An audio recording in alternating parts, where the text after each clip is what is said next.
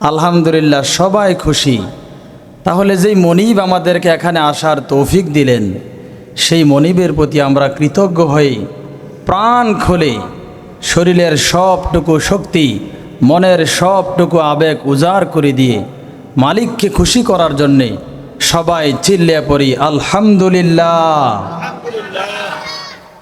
রব্বানা লাকাল হামদ হামদান কাসীরান তয়্যিবান মুবারাকান ফিহি ইয়া রব্বি লাকাল হামদু কামা ইয়ামবাগি লি জালালি ওয়াজহিক ওয়া আযীমি সুলতানিক।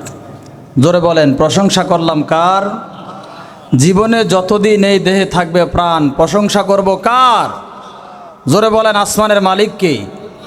আমরা যে জমিনে বসবাস করি, এই জমিনের একমাত্র মালিক যিনি, তিনি কে? আসমানের মালিক যিনি, জমিনের মালিক তিনি। বলেন, আসমান এবং জমিনের মাঝে যা কিছু আছে সকল কিছুর মালিক কে? সকল কিছুর মালিক যদি আল্লাহ হয়, তাহলে আসমান এবং জমিনের মাঝে হুকুম চলবে একমাত্র কার? বলেন তো, এই সারা পৃথিবীতে এখন কি আল্লাহর হুকুম চলে না মানুষের হুকুম চলে?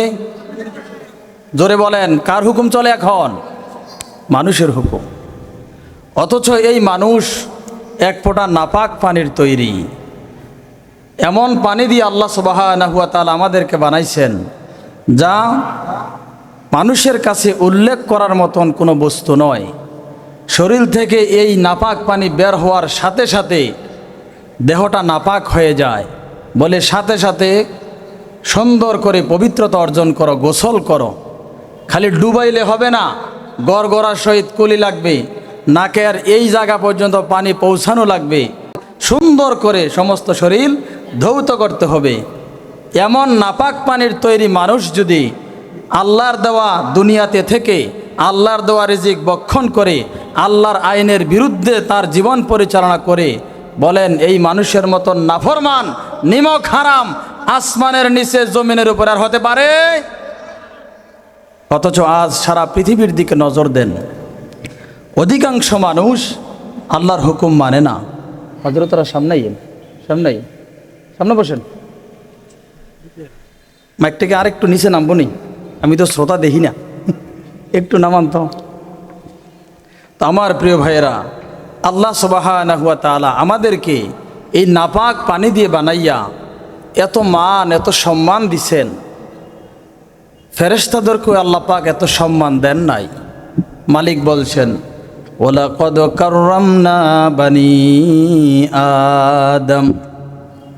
আমার বান্দারা, সারা পৃথিবীর দিকে তোমরা নজর দাও।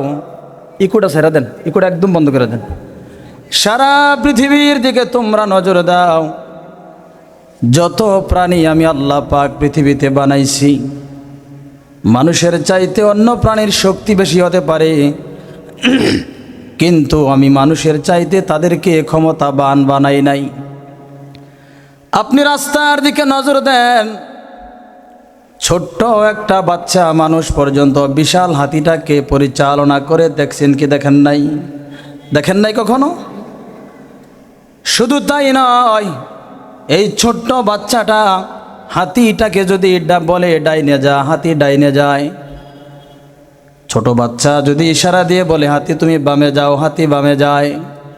হাতি একবারের জন্য ঘাটটাকে ঘুরায় না, নাফরমানি করে না। হাতি স্বীকার করে তুমি মানুষ হিসেবে ছোট হতে পারো, কিন্তু তোমাকে যে মালিক বানাইছেন, যে আল্লাহ পাক তোমাকে মানুষ বানাইছেন, তিনি কিন্তু ছোট না। তিনি তোমাকেও বানাইছেন, আমাকেও বানাইছেন। সাথে সাথে আমাকে আমার মালিক হুকুম দিয়ে দিয়েছেন, হাতিরে তোমার দেহ বড় হতে পারে, শক্তি বেশি হতে পারে, কিন্তু তুমি আমার খলিফা না। আমার খলিফা হলো মানুষ। আকৃতিতে ছোট হবে, কিন্তু আমি আল্লাহ পাক তাকে ক্ষমতা দিয়ে দিলাম, ক্ষমতার চেয়ারে বসিয়ে দিলাম। আমার মানুষ বান্দারা তোমাকে যেইভাবে পরিচালনা করবে, তুমি নির্দ্বিধায় সেইভাবেই পরিচালিত হবে। বিশাল হাতি আল্লাহর হুকুম মানছেন, কিন্তু মানুষকে আল্লাহ পাক এত মর্যাদা, এত সম্মান দান করলেন। আজকে মানুষ আল্লাহ তাআলার হুকুম মানে না।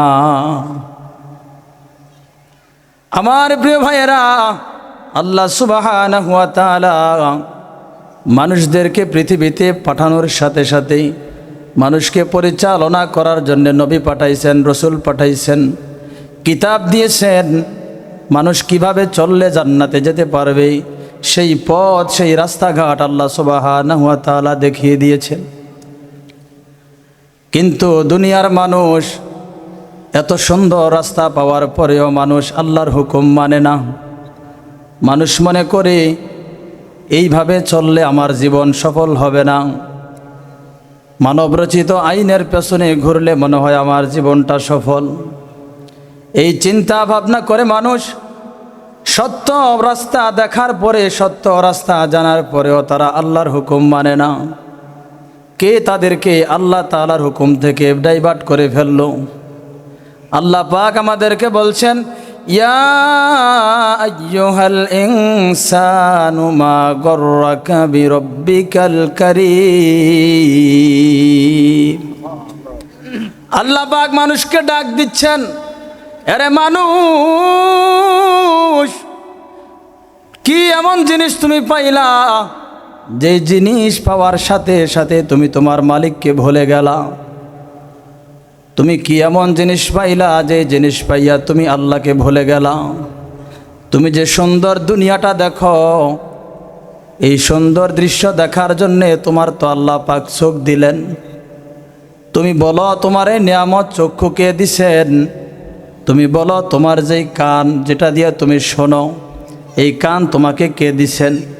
যেই জবান দিয়ে তুমি কথা বলো, ওই জবান তোমাকে যিনি দিলেন তিনি তো তোমার রব আল্লাহ। তুমি যে চলার জন্যে পা পাইলাই, পা তো তোমার দুনিয়ার কোনো মানুষ দেয় নাই। সেই পা যেই মালিক দিলেন তিনি তোমার আল্লাহ। তোমার যখন যা কিছু প্রয়োজন সব কিছুর যিনি আঞ্জাম দিচ্ছেন তিনি তোমার রব, তিনি হলেন আল্লাহ। আল্লাহ তোমাকে প্রশ্ন করেছেন, এরে মানুষ, তুমি এমন কি জিনিস পাইলা যে জিনিস পাওয়ার সাথে সাথে তুমি তোমার রবকে ভুলে গেলা? এটা মালিকের কথাটা আমি আপনাদের কাছে ছাড়লাম। কি পাইছেন বলেন এমন একটা জিনিস যেই জিনিসটা আপনার মালিক আপনাকে দেয় নাই?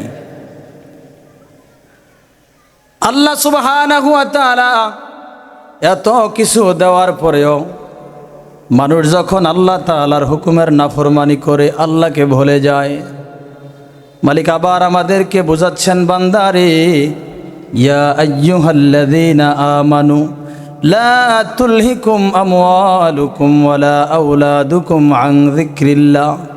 এরে আমার বান্দা, যেই সম্পদ তুমি পাইলা, তোমাদের এই সম্পদ, তোমাদের এই সন্তান আদি যেন তোমাদের রব থেকে তোমাকে ভুলিয়ে না দেয়।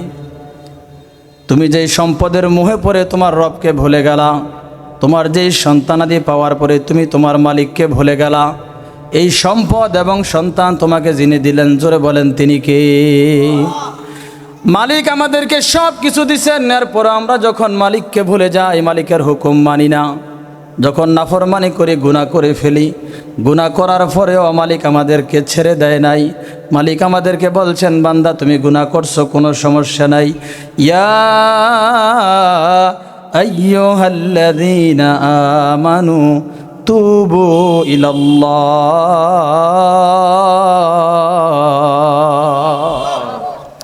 আল্লাহ পাক বলেন, বান্দারে, গুনাহ করছো, কোনো সমস্যা নাই, তুবু ইলাল্লাহ, তুমি আল্লাহর দিকে ফেরত চলে আসো, তুমি আল্লাহর দিকে ফেরত চলে আসো। অন্য আয়াতে কারিমার মধ্যে আল্লাহ পাক বলছেন, লা তাকনাতু মির রাহমাতিল্লাহ, তুমি আল্লাহ তাআলার রহমত দয়া থেকে নিরাশ হয়ে যেও না। তুমি ভাবিও না তোমার গুনাহ বেশি হয়ে গেছে, তোমার মালিক মনে হয় তোমাকে ভুলে গেছে, তোমার মালিক মনে হয় তোমাকে ক্ষমা করবে না, এটা তুমি কখনো ভাবিও না। তুমি যদি পাহাড় পরিমাণ গুনাহ নিয়ে তোমার মালিকের দরবারে এসে 2 ফোঁটা চোখের পানি ছেড়ে দিয়ে আল্লাহর কাছে বলতে পারো, মালিক, ওগো আমার আল্লাহ, আমি আলেমদের জবান থেকে শুনেছি দুনিয়ার মানুষের অপরাধী খোঁজে অপরাধীদেরকে শাস্তি দেওয়ার জন্য, আর তুমি আমার এমন মালিক, তুমি আমার এমন রব, তুমি তো গুনাহগার বান্দা বান্দীদেরকে খোঁজো ক্ষমা করে দেওয়ার জন্য। হাদিসের মধ্যে আসছে আল্লাহর নবী রহমাতুল্লিল আলামিন বলছেন, একজন মানুষ মুসাফির সফরে বের হলেন, উট নিয়ে সফরের মধ্যে গেলেন, মরুভূমির মধ্যে এক জায়গায় গিয়ে সে বিশ্রাম নিলেন। গাছের সাথে ওটটা বেঁধে একটু ঘুমাইলেন। ওটের মধ্যে তার খাবার দাবার যাবতীয় সকল দ্রব্য তার ওটের মধ্যে আছে। ঘুম থেকে জাগার পরে দেখলেন এই ওটটাই জাগার মধ্যে নাই। ডানে গেলেন, বামে গেলেন, সামনে পেছনে চতুর্দিকে দৌড়ালেন, ওট খুঁজলেন, ওট পায় না। উট খুঁজতে খুঁজতে মানুষটা যখন এক প্রকার বেহুশ হয়ে এক জায়গার মধ্যে পড়ে গেছে, হুশ ফেরত আসার পরে যদি দেখে তার মাল বোঝাই করা ওটটা তার পাশেই দাঁড়ানো আছে। নবী সাহাবীদেরকে জিজ্ঞেস করলেন, ও আমার সাহাবীরা, যেই মানুষ তার ওট হারিয়ে ফেলেছিল, হারানো ওটটা পাওয়ার পরে লোকটা কি খুশি হবে না বেজার হবে? আপনারা বলেন, খুশি কম হবে না বেশি হবে? নবী আমার বলছেন, আরে আমার উম্মত, হারানো উট খুঁজে পাওয়ার পরে মালিকটা যেমন খুশি হয়ে যাবে, আল্লাহর কোনো গুনাহগার বান্দা বান্দি যদি গুনাহ করার পরে মালিকের দিকে ফেরত চলে আসে, মালিক সেই বান্দা বান্দির প্রতি আরো বেশি খুশি হয়ে যায়। জোরে বলেন আল্লাহু আকবার। আমাদের মালিক আমাদেরকে ছেড়ে দেয় না, ভোলে না। এত নাফরমানি করার পরেও মালিক আমাদের জন্যে অক্সিজেন বন্ধ করে দেয় নাই। একবারের জন্য মালিক আমাদেরকে অক্সিজেন বন্ধ করে দেয় নাই, রিজিক বন্ধ করে দেয় নাই। যেটা বসা জায়গা দেন, হযরত বসে। মালিক আমাদেরকে ভোলে নাই। এত নাফরমানি করার পরও বাতাস কখনো বন্ধ হয় নাই। যেই মানুষ গভীর রজনীতে চার দেয়ালের মাঝে বসে গুনাহের মধ্যে লিপ্ত হয়ে যায়, মালিক দেখে রে আমার বান্দা গুনাহ করতেছে, এরপরেও আমার আল্লাহ পাক ওই বান্দাকে সাথে সাথে গজব দিয়ে ধ্বংস করে না। দরজার নিচে দিয়া সুন্দর বাতাস অক্সিজেন প্রবেশ করে আপনার আমার নাকের মধ্যে আল্লাহ পাক পৌঁছে দেন। এত সুন্দর নিয়ামত আল্লাহ সুবহানাহু ওয়া তাআলা আমাদেরকে দান করছে। এরপরও বলেন আমরা কিভাবে আমাদের রবকে ভুলে যাই? আমি আলোচনা দীর্ঘায়িত করব না, আমি আসলে একটু অসুস্থ মানুষ। আমরা যে একটু বসাইছেন আপনারা, এটা হইলো এক প্রকার খুশি দেই না আমরা? খুশি চিনেন না আপনারা? খুশি ওই রোয়া ক্ষেতের ভিতরে দেখা গেছে মাঝখানে রোয়া যদি জায়গায়, তখন আরেকটা গোসাতে খুললাই না দেয় না? তা আমি হইলে খুশির বক্তা আর কি। নিজের ঘর নিজে কি বক্তা সাজন যায় নেই। এই জায়গায় মোহতারাম মাজহারুল ইসলাম আতিকি হাফিজাহুল্লাহ প্রিয় বড় ভাই আসছেন, কথা বলবেন। আমাদের প্রধান মুফাসসিরও হয়তো খুব কাছাকাছি চলে আসছে ইনশাল্লাহ। আমরা অল্প সময়ের মধ্যে পেয়ে যাব। আমি আর কথা বাড়াবো না। আল্লাহ চাইতো আল্লাহ পাক যদি আমাদেরকে সুযোগ দেয়, আমরা আপনাদের কাছে দিনের নসিহত করব, দিনের দাওয়াত নিয়ে যাব। আল্লাহ চাইতো আমি এখানে আমার কথার ইতি টানছি। ওমা তৌফিক ইল্লা বিল্লাহ। আসসালামু আলাইকুম ওয়া রাহমাতুল্লাহি ওয়া বারাকাতুহু।